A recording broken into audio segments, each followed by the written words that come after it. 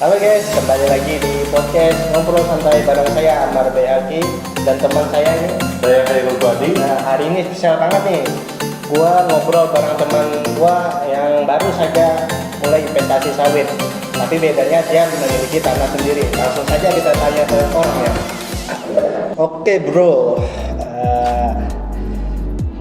ini nggak apa-apa nih, gue nanya-nanya ini. Gak apa-apa, aman aja, santai aja. Kan kita udah lama juga nggak Ya, ketemu. emang kan udah lama kan. Lu tuh kan jarang kelihatan anak kebunnya.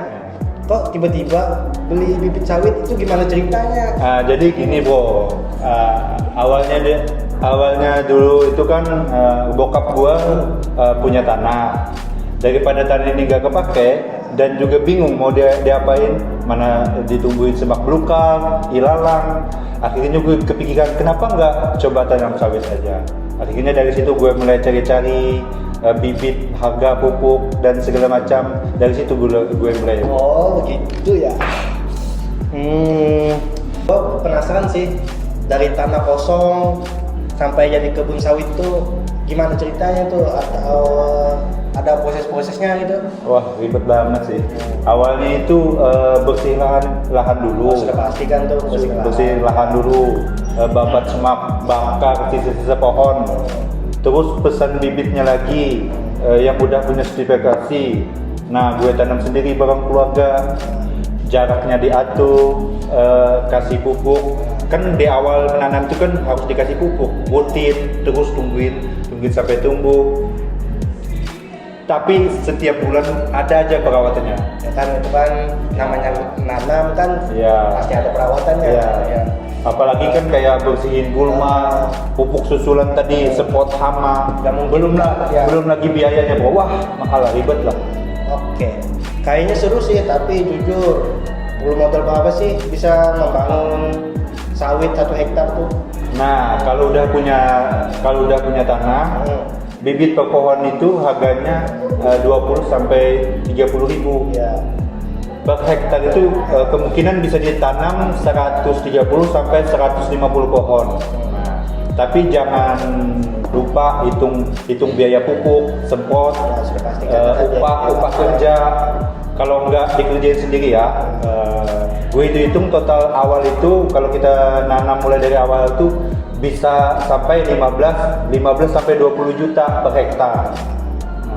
Tapi ya ini kan jangka panjang bro, jangka panjang. Pasti kan jangka panjang, otomatis investasinya Harus memerlukan waktu yang panjang. Iya, harus memerlukan waktu yang panjang juga. Kita santai aja bro ya. Ya, santai. Minum. Ya, Makan. Namanya aja kan ngobrol santai. Iya. Kita harus santai. Santai aja. Jangan ya. Nah, kalau lo sendiri ngapain nih bro? Kalau gua mah ya melanjutkan kuliah. Oh. Nggak ada kegiatan lain. Sayang banget sih gue kemarin gak kuliah. Tapi kan ada jalan keluar kan, jalan Iya. keluar lain kan. Alhamdulillah dari Semua orang itu kan ada. Iya, alhamdulillah dari gue mulai tanam sawit ada lah penghasilan tiap bulannya. Kan gua jalannya di perkuliahan, gua jalannya di Iya. investasi sawit tadi. Iya, betul bang. Baik, gue tanya lagi nih. Oke. Kenapa?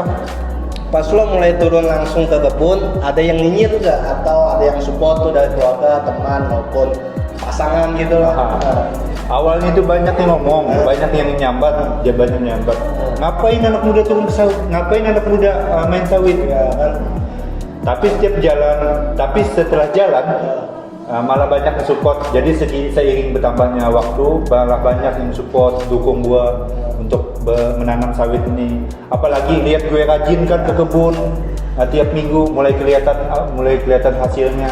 Sekarang malah jadi omongan tetangga loh. Kan biasanya kan tetangga kan, Iya. apa ini anak muda nggak kuliah ya? Iya. Kenapa? Sayang banget ya gitu Iya. kan. Kenapa terjun ke dunia seperti itu kan? Iya. Tapi nggak apa-apa kan, itu kan sebagai bentuk bukti Iya. Usaha kita untuk memulai Usahakan awal-awal terjun ke dunia perkebunan sawit, tidak sia-sia gitu kan? udah sia-sia. Gitulah pastilah semuanya aja. Proses kan ada yang namanya proses deh kan. Oke. Selanjutnya, menurut lo anak muda kayak kita nih bisa nggak sih survive di dunia sawit? Bisa banget, bisa. Asal jangan malas, asal jangan malas belajar. Jangan malas ya teman-teman. Pasti jangan malas, jangan malas belajar. Itu juga kan kuliah. Ya, kalau malas kan nilai bisa nggak bagus, nggak bagus turun. Nah, terus jangan mikir pengen instan, jangan mikir instan. Kebanyakan orang kan pengen instan aja. Investasi hari ini, besoknya udah mulai ada hasil. Kalau sawit ini beda, beda. Ya. Kalau investasi sabar, investasi jangka panjang. Namanya jangka panjang. Ya, tapi kalau dikelola dengan benar, punya lahan sendiri, cuannya gede bro. Gede. Pasti. Cuman kan nunggunya lama dan modalnya kan juga banyak. Misalkan gue mulai dari kecil lah, pelajari dari lapangan. Jangan cuma dari konten, pelajari dari lapangan bro. Oke. Kita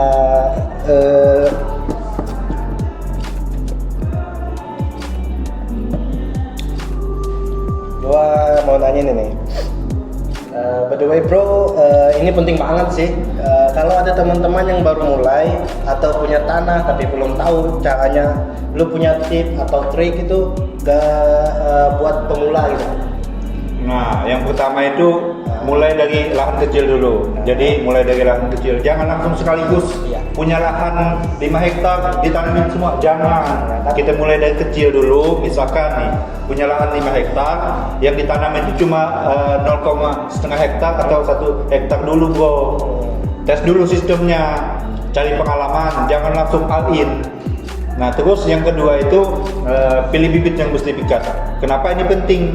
Jangan tergiur bibit murah. Banyak orang itu karena harganya murah, tapi hasilnya nanti sudah 5 tahun kurang maksimal bro. Oh ini murah nih, udah murah nih, pasti meminimalisir modal lah. Jadi harus pilih yang bersertifikat. Jadi ada kualitas, ada harga, ada kualitas.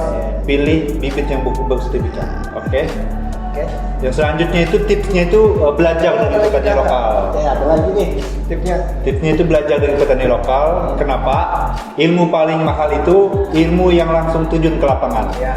Gue ini sebagai pemula ya, banyak belajar dari petani sekitar. Jangan gengsi. Kamu itu sebagai anak muda jangan gengsi. Jangan gengsi ya teman-teman. Jangan gengsi buat tanya-tanya. Bahkan anak muda ini kalau nggak gengsi, nggak malas, itu sudah pasti berhasil. Kalau perlu terjun langsung keliling, lihat petani-petani lokal, gimana cara mereka menanam, jaraknya, keliling langsung lihat kebun, turun langsung ke lapangan. Nah, dan yang selanjutnya itu catat semua pengeluaran. Ini penting juga boy. Jadi misalkan nih kamu bikin jurnal kecil, buat semua biaya, bibit, pupuk, tenaga kerja. Nanti pas panen, lo bisa ngitung beneran balik modal apa enggak. Jadi di situ bisa kelihatan. Iya. Itu kan kalau di dalam dunia perkuliahan kan tuh ada yang namanya akuntansi kan. Oh iya. Oh gitu ya bro. Ya. Oh ya. Nah itu penting juga bro. Jadi kita belajar menghitung pengeluaran dan pemasukan gitu. Nah, yang terakhir itu sabar dan konsisten rawat. Sawit ini bukan kripto, bukan reksadana, bukan reksadana, bibit kan. Nah, kan kebanyakan anak muda kan tergiur. Yang mau instan aja. Kalau tanam hari ini panen 3-4 tahun lagi, bukan bro. Tapi ini harus benar-benar dirawat dari awal. Bisa panen kalau ini sudah jadi bisa panen 10 hari sekali sampai 25 tahun. Bayangkan nih bro, lo panen 10 hari sekali sampai 25 tahun. Kaya nggak tuh? Ya pastilah. Kalian tinggal duduk-duduk. Iya. Mana yang manennya orang. Iya. Tinggal duduk-duduk, naik mobil mewah, rumah bagus. Jadi kuncinya itu bro, konsisten. Segala sesuatu itu bila bisa sukses asal konsisten. Nah, tapi dibalik konsisten tadi kita harus ingat Tuhan Yang Maha Esa. Ya, Tuhan Maha Esa, keluarga juga ya. Dan dukungan dari keluarga. Support system itu perlu juga. Dengar teman-teman, gila sih ini tipnya. Tapi ya emang begitu ya, investasi beneran tuh bukan yang investasi beneran itu bukan sulap. Ya harus panjang lah, prosesnya panjang.